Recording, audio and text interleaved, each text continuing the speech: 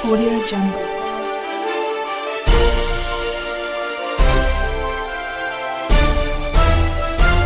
Audio Jungle. नमस्कार। AB news की team इस समय जनपद कुशीनगर में है, जहां आप देख सकते हैं एक नई राजनीतिक पार्टी के रूप में नवीन जनता पार्टी का आगाज़ होने जा रहा है। क्या उद्देश्य हैं इस पार्टी के, किस लिए इसका गठन किया गया है, इन सारे पहलुओं पर चर्चा करने के लिए हम यहां पे पहुंचे हैं। और इसके जो संस्थापक हैं राजेश मिश्रा जी, राष्ट्रीय अध्यक्ष हैं, हम लोग उनसे भी जानेंगे कि आखिर इस पार्टी को लॉन्च करने के पीछे क्या उनके बेसिक पहलू हैं और किन उद्देश्यों को धरातल पर रख करके इन्होंने एक नई राजनीतिक पार्टी का गठन किया है। सर, एबी न्यूज़ में आपका स्वागत है जी। क्या कहना चाहते हैं सर, किस लिए आपको एक राजनीतिक दल के रूप में आना पड़ा?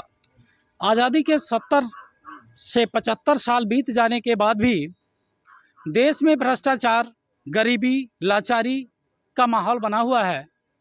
इस माहौल को समाप्त करने की बात भारत की सारी राजनीतिक पार्टियां करती रही हैं, लेकिन आज तक सिर्फ स्वार्थ सिद्धि हुआ है। सत्ता में आने के लिए खैरात खिलाकर, तो कभी जातिवाद का नारा देकर, तो कभी क्षेत्रवाद, सांप्रदायिक ताकतों को उकसाकर देश में तमाम तरह के राजनीतिक उथल पुथल होते रहे, लेकिन देश के कल्याण के लिए किसी ने आगे नहीं आया।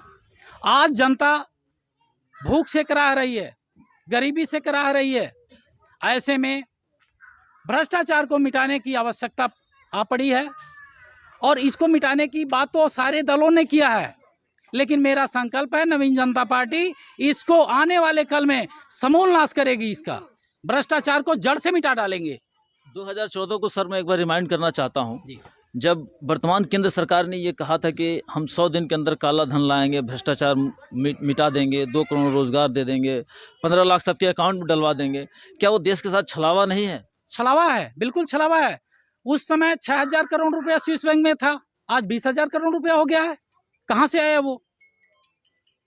ये बताइए कि राष्ट्रीय स्तर पे जो हमारे नोट हैं उस पे राष्ट्रीय चिन्ह अंकित है, उस पे गंदगी पोत देना, उसको कटवा के गटर में फेंकवा देना, क्या ये राष्ट्र का अपमान नहीं है?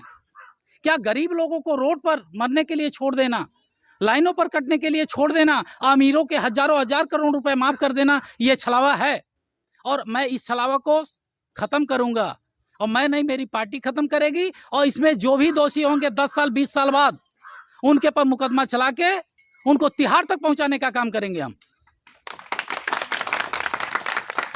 आपने अपने संकल्प पत्र में धर्मनिरपेक्षता, संविधान के बुनियादी मुद्दों को और उद्देश्यों को चर्चा किया है। किस तरीके से उसको आप लागू करेंगे? क्योंकि अभी तो आज आपकी पार्टी का गठन हो रहा है और एक लंबा समय है, कैसे उसको, क्या आपका टारगेट है, कब तक ये सब चीज़ें कर पाएंगे? जी देखिए, हमारे देश में आज़ादी के बाद से और आज़ादी के पूर्व से हिंदू, मुस्लिम, सिख, ईसाई आपस में भाई भाई का नारा चला है, और सभी लोग एक समान रहते हैं। इस देश में अगर मंदिर बनता है तो मस्जिद क्यों नहीं?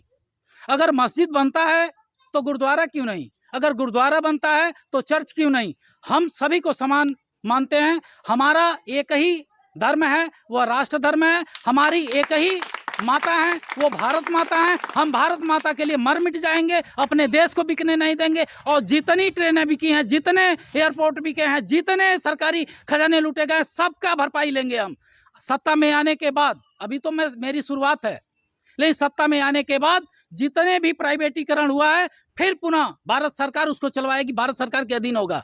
हम पीछे हटने वाले नहीं हैं, गोली तोप से डरने वाले नहीं हैं, हम किसी बड़े दल से डरने वाले नहीं हैं। अगर है ताकत तो हमारे पास आजमा लें, लेकिन मैं पीछे नहीं हटूंगा, मेरी पार्टी पीछे नहीं हटेगी।